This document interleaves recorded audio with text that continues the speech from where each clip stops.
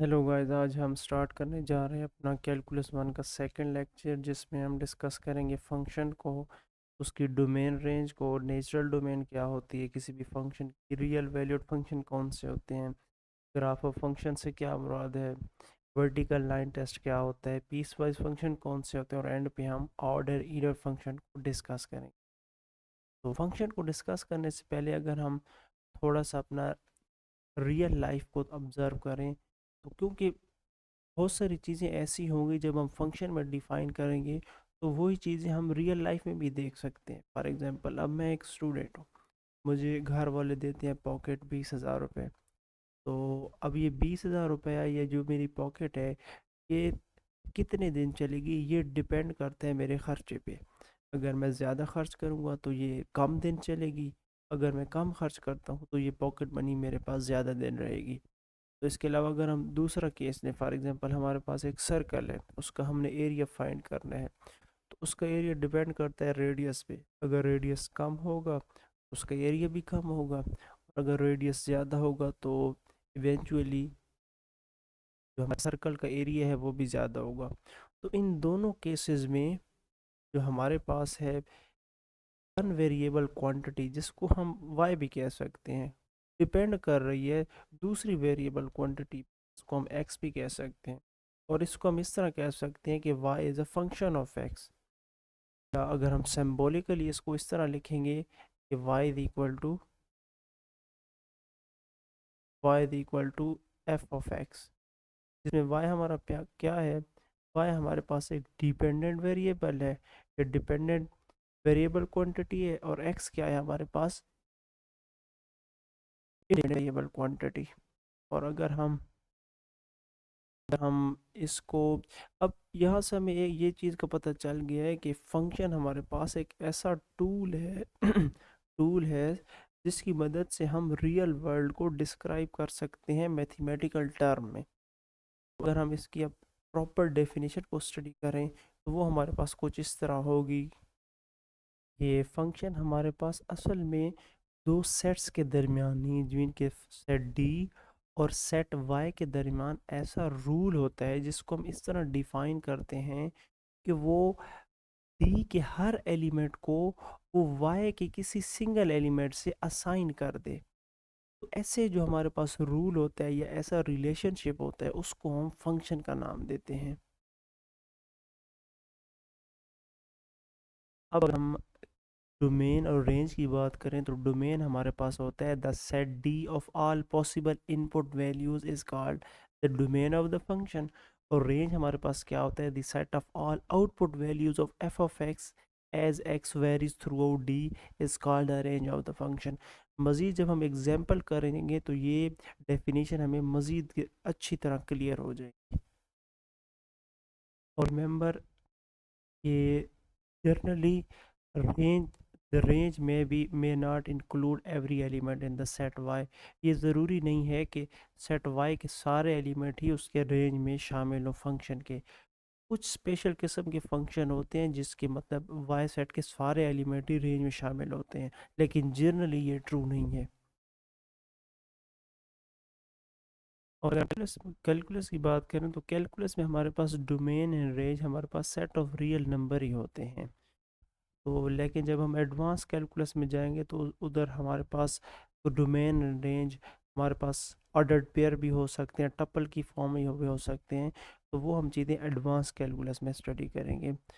इसके बाद अगर हम डिस्कस करें फंक्शन की रिप्रेजेंटेशन को, तो फंक्शन को हम रिप्रेजेंट कर सकते हैं फार्मूले की मदद से भी, ग्राफ की मदद से भी, और न्यूमेरिकली।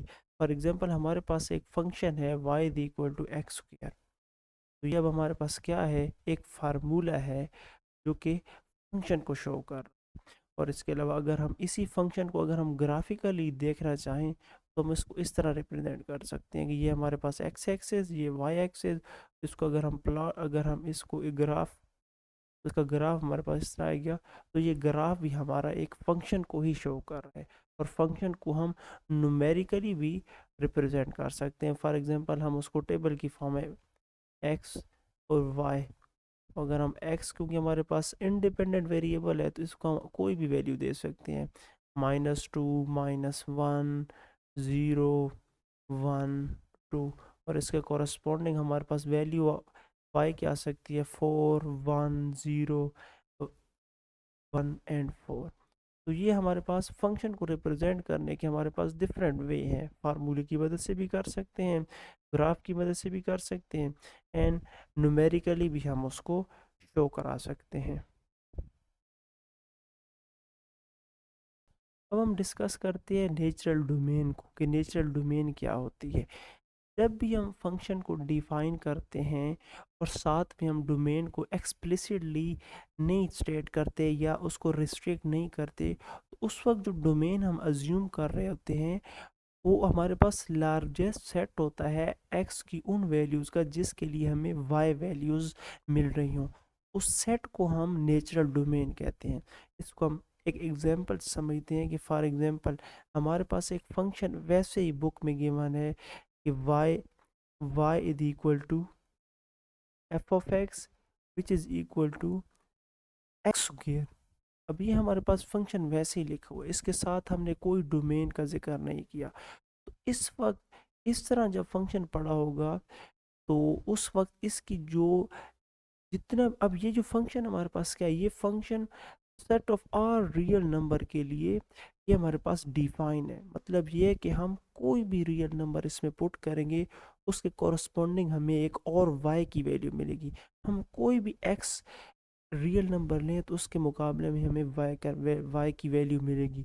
तो इस तरह जब, तो इस वक्त इसकी डोमेन क्या है, domain is equal to set of real number, set of all real number.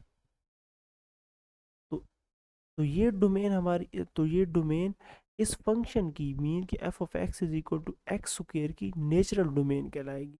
अब हम इसी को क्या करते हैं, हम रिस्ट्रिक्ट कर लेते हैं। फॉर एग्जांपल हम लिख लेते, अगर हमारे पास कोई फंक्शन इस तरह डिफाइन है f of x is equal to x square, और साथ में ये डिफाइन है कि x ग्रेटर देन 0, तो यहाँ पे हमने अब डोमेन को रिस्ट्रिक्ट कर दिया है। यहाँ पे अब इसकी domain set of all real number नहीं है, इसकी इस अब इसकी डोमेन में, अब इसकी डोमेन में x के वो एलिमेंट होंगे रियल नंबर के जो पॉजिटिव होंगे। तो ऊपर हमने, अब नीचे इसमें हमने डोमेन को रिस्ट्रिक्ट कर दिए और इधर हमने डोमेन को रिस्ट्रिक्ट नहीं किया। तो ये जो डोमेन होगी ये वाली set of R real number, ये इस फंक्शन की नेचुरल डोमेन कहलाएगी, और ये हमने इधर डोमेन को रिस्ट्रिक्ट कर दिया है।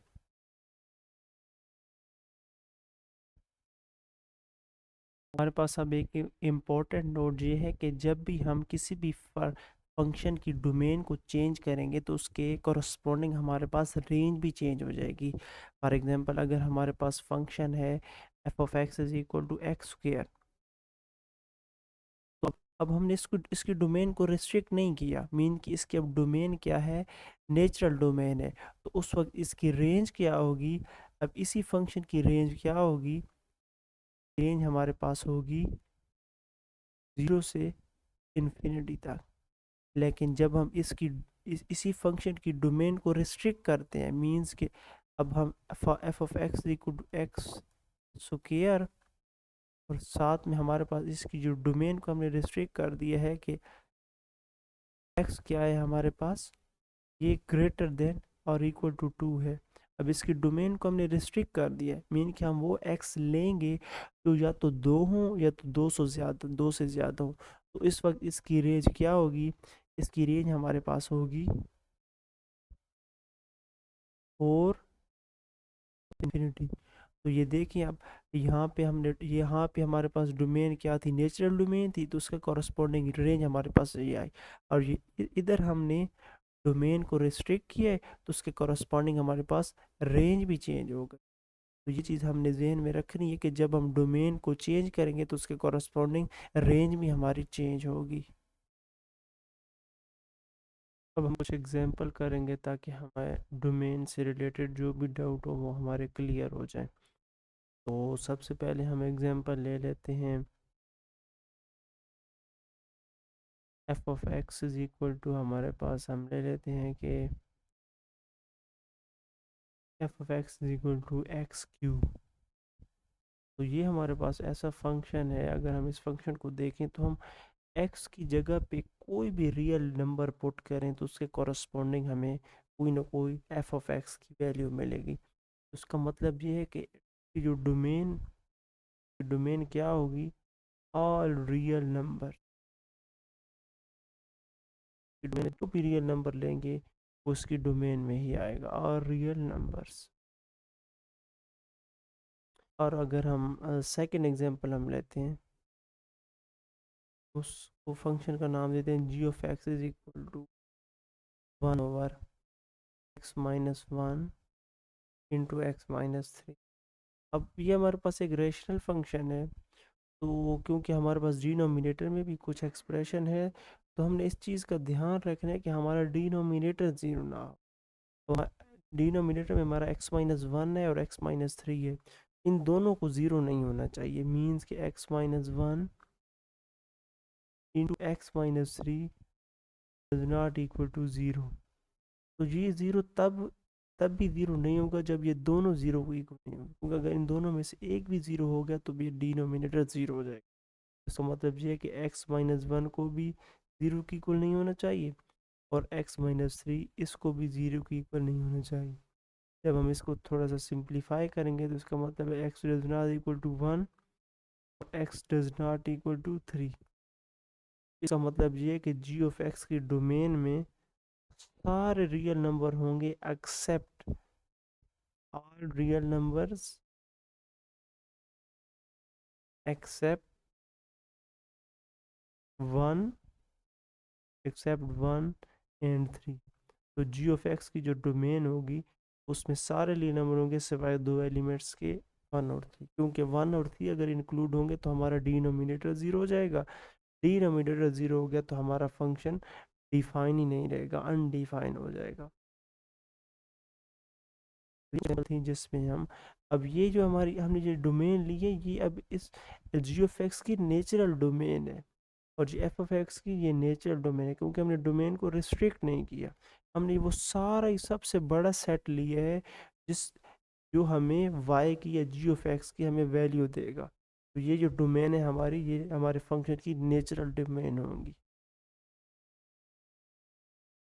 हम बात करते हैं graph of the function. Graph of function में हमें अगर हमारे पास कोई भी फंक्शन गिवन है विद डोमेन डी, तो इसका ग्राफ में वो कार्टेशियन प्लेन के वो पॉइंट शामिल होंगे जिसके कोऑर्डिनेट हम लेंगे इनपुट आउटपुट पेयर से, जो कि एफ से ही हम गेट करेंगे। मींस फॉर एग्जांपल हमारे पास एक फंक्शन है y is equal to x square, और हमारे पास उसकी डोमेन गिवन है -2 से 2 क्लोज इंटरवल। अब हमने इस given y is equal to x square का ग्राफ फाइंड करना है, तो हम किस तरह फाइंड करेंगे? तो प्रोसीजर हमारे पास कुछ इस तरह है। सबसे पहले तो हम इसके इनपुट आउटपुट पेयर फाइंड करेंगे। उसके लिए सबसे पहले हम एक टेबल बनाएंगे इस तरह की इनपुट आउटपुट पेयर की। हमारे पास इनपुट है जिससे हमने पहले स्टडी किया है, y equal to x square हमारे पास आउटपुट होगी, और x वैसे भी हमारे पास एक इंडिपेंडेंट वेरिएबल है, तो हम कोई भी इनपुट ले सकते हैं। -2 ले लेते हैं, -1 ले लेते हैं, 0 ले लेते हैं, 1 और 2। तो जब हम इसका टेबल -2 जब x लेंगे तो -2 जब हम y एक्स स्क्वायर में पुट करेंगे तो हमें 4 मिलेगा। -1 जब एक्स स्क्वायर में पुट करेंगे तो 1 मिलेगा। 0 पुट करेंगे तो 0, 1 पुट करेंगे तो 1, 2 पुट करेंगे तो हमें 4 मिलेगा। तो ये हमारे पास एक इनपुट आउटपुट पेयर की एक टेबल आ गई। अब हमने इसको कार्टेशियन प्लेन पे प्लॉट करने तौर पर, अब हमारे पास ये एक कार्टेशियन प्लेन है, वाई एक्सिस है, ये हमारे पास है एक्स एक्सिस। हम यहाँ पे पॉइंट कर लेते हैं 1 2 पे, हम -1 -2, और इसके कॉरस्पॉन्डिंग y की जो वैल्यू 1 2 3, और ये हमारे पास आएगी 4। तो हमारे पास -x की वैल्यू -2 थी, y की वैल्यू 4 थी। ये पॉइंट आ गया हमारे पास। जब हमारे पास एक्स की वैल्यू -1 थी तो वाई की वैल्यू 1 थी, पॉइंट ये आ गया। जब एक्स एक्स की वैल्यू 0 थी तो वाई की वैल्यू भी 0 थी, तीसरा पॉइंट ये आ गया। जब एक्स की वैल्यू 1 थी तो वाई की वैल्यू भी 1 थी, तो ये चौथा पॉइंट। जब एक्स की वैल्यू 2 थी तो उसके कॉरस्पॉन्डिंग आउटपुट की वैल्यू 4 थी। अगर हम इन पॉइंट को मिलाएं तो हमें एक ग्राफ मिलेगा जो हमारा कुछ इस तरह होगा।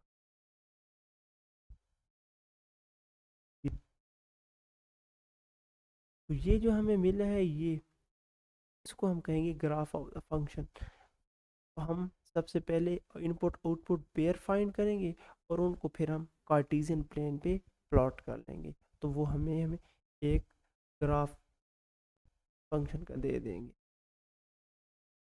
नेक्स्ट हमारे पास है vertical line test for a function. कोई भी अगर हमें कोऑर्डिनेट प्लेन में कोई भी कर्व गिवन होगी तो ये ज़रूरी नहीं है कि ये किसी भी फंक्शन का ये ग्राफ हो। जिस तरह हमने पीछे पढ़ा है कि ग्राफ ऑफ फंक्शन क्या होते हैं।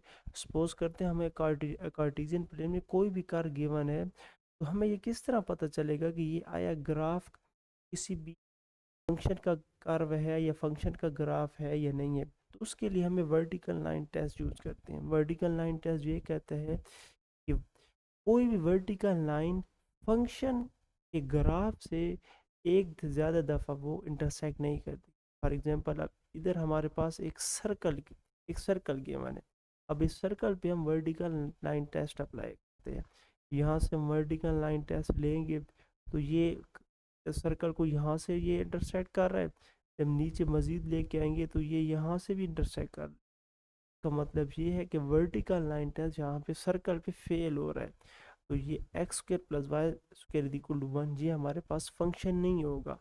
लेकिन जब हम इसी को हाफ हाफ कर लेते हैं, मींस कि अपर सेमी सर्कुलर और लोअर सेमी सर्कुलर, अब इधर हम कोई भी अब वर्टिकल लाइन लें तो ये सिर्फ यहाँ एक ही पॉइंट पे टच कर रही है या इंटरसेक्ट कर रही है। तो ये हमारा जो ये वाला है वाई इक्वल टू 1 - x² का स्क्वायर रूट, ये हमारा वर्टिकल लाइन टेस्ट को पास कर रहा है। सिमिलरली ये जो लोअर सेमी सर्कल है ये भी हमारा वर्टिकल लाइन टेस्ट को पास करेगा।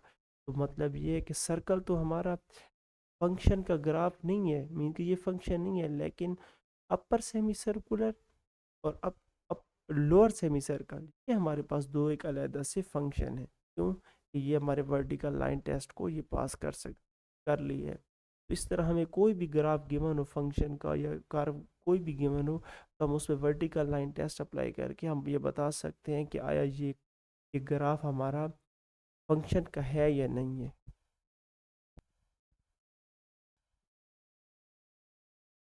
हमारे पास है पीसवाइज फंक्शन। समटाइम हमारे पास हमें किसी फंक्शन को पीस की फॉर्म में डिफाइन करना पड़ता है और वो पीस उसकी उस फंक्शन की डोमेन पर डिफाइन होती है। तो ऐसे फंक्शन को हम पीस वाइज फंक्शन कहते हैं। पीस वाइज फंक्शन की मशहूर ज़माना एग्जांपल है absolute value function. Absolute value function हमारा इस तरह डिफाइन होता है कि इसकी वैल्यू एक्स होती है अगर डोमेन के जो डोमेन के जो एलिमेंट होंगे वो ज़ीरो या ज़ीरो से बड़े होंगे। और अगर डोमेन से हम जो एलिमेंट लेंगे वो ज़ीरो से छोटे हैं, इस फंक्शन की जो वैल्यू होगी वो -x।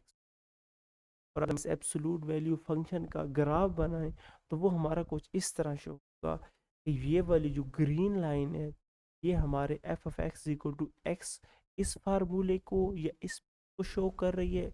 और ये जो रेड लाइन है f of x equal to -x ये हमारे इस पीस या इस फार्मूले एब्सोल्यूट फंक्शन का हमें ये ग्राफ मिलेगा, जो एक मशहूर पीस वाइज फंक्शन है। हमारे पास एक निहायत अहम कॉन्सेप्ट है होल और वर्टिकल एसिम्प्टोट। तो ये अब हमारे पास कौन से ऐसे रेशनल फंक्शन हैं जिनके ग्राफ में हमें होल मिलेगा और कौन से ऐसे रेशनल फंक्शन हैं जिन ग्राफ में हमें वर्टिकल एसिम्प्टोट मिलेगा। तो होल हमारे पास उन उन रेशनल फंक्शन के ग्राफ में मिलेगा जिनके डिनोमिनेटर में ऐसी एक्सप्रेशन होगी जिसको जो मसला पैदा करेगी, मींस कि वो डिनोमिनेटर में ज़ीरो बन रही होगी, लेकिन ये है कि हम उसको रिमूव कर सकते हैं। तो ऐसे रेशनल फंक्शन के जब हम ग्राफ बनाएंगे तो हमें होल मिलेगा। फॉर एग्जांपल हमारे पास जो नंबर वन एग्जाम है, हमारे पास rational function f x -4/x-2। अब ये जब हम इसको देखते हैं तो ये बज़ाहिरन हमें यही लग रहा है कि ये माइनस जो हमारे पास टू है, इस फंक्शन का हमें वो उस पे डिनोमिनेटर हमारा ज़ीरो हो जाएगा, मीन कि जहाँ पे हमें अनडिफाइन इन्फिनिटी मिलेगी, अनडिफाइंड वैल्यू मिलेगी। लेकिन जब हम इसको थोड़ा सा सॉल्व करते हैं तो ये जो नीचे x-2 है ये कैंसिल हो जाएगा, मीन्स को अगर हम इसको सॉल्व करें ऊपर आ जाएगा x+2 और x-2, और डिनोमिनेटर में जो टर्म है मसला पैदा कर रही है x-2, तो ये टर्म और इस टर्म को ये कैंसिल हो जाएंगी और हमें क्या मिलेगा x+2। अब ये देखिए गिवन हमारा रेशनल फंक्शन था x² -4/x-2, लेकिन जब हमने इसको सिंप्लीफाई किया तो x+2। अब ये x+2 तो हमारे पास simple real simple straight line देगी, लेकिन जो गिवन हमारे पास रेशनल फंक्शन था वो हमें उसके डिनोमिनेटर में ज़ीरो आ रहा था, उधर प्रॉब्लम हो रही थी। लेकिन इसको हम डिसकंटिन्यूटी भी कहते हैं, रिमूवेबल डिसकंटिन्यूटी। हमें नेक्स्ट जाके पढ़ेंगे रिमूवेबल डिसकंटिन्यूटी। तो ऐसे रेशनल फंक्शन यहाँ पे रिमूवेबल डिसकंटिन्यूटी होगी तो वो उसका जब हम ग्राफ बनाएंगे उधर हमें एक होल मिलेगा। तो अगर हम ग्राफ बनाए तो उसका ग्राफ हमारे पास कुछ इस तरह आएगा। ये अगर हम इसके ग्राफ पे गौर करें तो ये देखिए टू पे जब इस फंक्शन में अगर हम इधर टू वैल्यू पुट कर देंगे तो इधर हमें f(x) की वैल्यू मिलेगी 4। लेकिन क्योंकि ओरिजिनल फंक्शन में टू हम नहीं पुट कर सकते क्योंकि वहाँ पे हमें डिनोमिनेटर ज़ीरो मिल रहा था, इसीलिए टू जब पुट करते तो हमें 4 वैल्यू मिलती है, लेकिन 4 पे हमने एक होल बना दिया है। क्यों? क्योंकि यहाँ पे रिमूवेबल डिसकंटिन्यूटी थी। तो अगर इस तरह के फंक्शन होंगे रेशनल फंक्शन, उसका जब हम ग्राफ बनाएंगे तो वहाँ पे हमें रिमूवेबल डिसकंटिन्यूटी जिस पॉइंट पे होगी तो वहाँ पे हमें एक होल मिलेगा। और अगर हमारे पास ऐसे रेशनल फंक्शन होंगे जिधर हमारे पास जो डिनोमिनेटर है वो रिमूव नहीं हो रहा होगा, तो जब उसका हम रेशनल फंक्शन का जब ग्राफ बनाएंगे तो हमें कुछ इस तरह का वर्टिकल एसिम्प्टोट मिलेगा। क्योंकि इसके डिनोमिनेटर में अगर हम x की जगह 4 पुट करें तो हमें डिनोमिनेटर में 0 मिलेगा। तो मतलब ये है कि 4 पे ही हमें एक वर्टिकल एसिम्प्टोट मिलेगा और इसका ग्राफ हमारे पास कुछ इस तरह का होगा। इस तरह के रियल फंक्शन रेशनल फंक्शन हमें एसिम्प्टोट देंगे जहाँ पे डिनोमिनेटर पे अब वो कैंसिल नहीं हो रहा होगा, लेकिन ऐसे फंक्शन जहाँ पे डिनोमिनेटर कैंसिल हो रहा होगा तो वहाँ पे हमें एक होल मिलेगा। एंड पे हमारे पास है even and odd function. Even function हमारे पास ऐसा फंक्शन होता है कि function y equal to f x if f of minus x is equal to f of x, f of x is equal to x. मतलब ये कि अगर हमें कोई फंक्शन गिवन हो और उसमें x की जगह अगर हम माइनस एक्स पुट कर दें और उसको सिंप्लीफाई करें तो एंड पे हमें कोई दोबारा वही फंक्शन ही मिल जाए। ऐसे फंक्शन को हम इवन फंक्शन कहते हैं। और ऑड फंक्शन हमारे पास ऐसा होता है कि गिवन फंक्शन में अगर x की जगह माइनस एक्स पुट कर दें तो हमें फंक्शन तो वही मिलता है लेकिन नेगेटिव वैल्यू के साथ, like f of x is equal to x cube. यहाँ पे हमने माइनस एक्स पुट किया, इसको सॉल्व किया तो माइनस एक्स क्यूब आ गया। अब एक्स क्यूब तो आया है लेकिन नेगेटिव के साथ। इस तरह के फंक्शन को हम ऑड फंक्शन कहते हैं। और ये ऑड और इवन इनके नाम आए हैं इनकी पावर से। अगर एक्स की पावर ऑड होगी तो ऑड फंक्शन होगा, इवन होगी तो इवन फंक्शन होगा।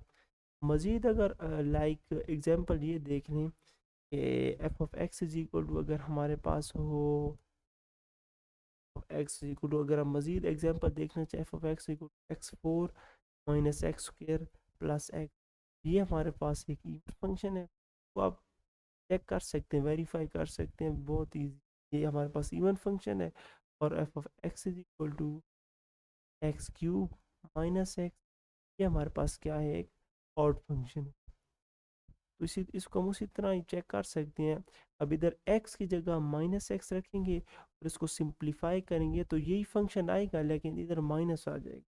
और ये जो फंक्शन है f of x equal x4 minus x square plus 1, जब इधर हम एक्स की जगह माइनस एक्स रखेंगे, जब इसको सिंप्लीफाई करेंगे तो एंड पे हमें फिर दोबारा यही फंक्शन मिल जाए, जिसको हम इसीलिए इवन फंक्शन कहते हैं। और इसमें अगर हम पावर देखें तो इधर इधर इवन इवन और इधर एक्स जीरो है तो वो भी इवन ही होगी। इधर अगर देखें एक्स एक्स क्यूब और वन, ये दोनों ऑड हैं तो ये फंक्शन भी ऑड ही होगा। तो इस तरह इनकी पहचान हमें असल में इनकी पावर से ही है। अगर इनकी एक्स वेरिएबल की पावर से, अगर वेरिएबल की पावर ऑड होगी तो ऑड फंक्शन, इवन होगी तो इवन फंक्शन।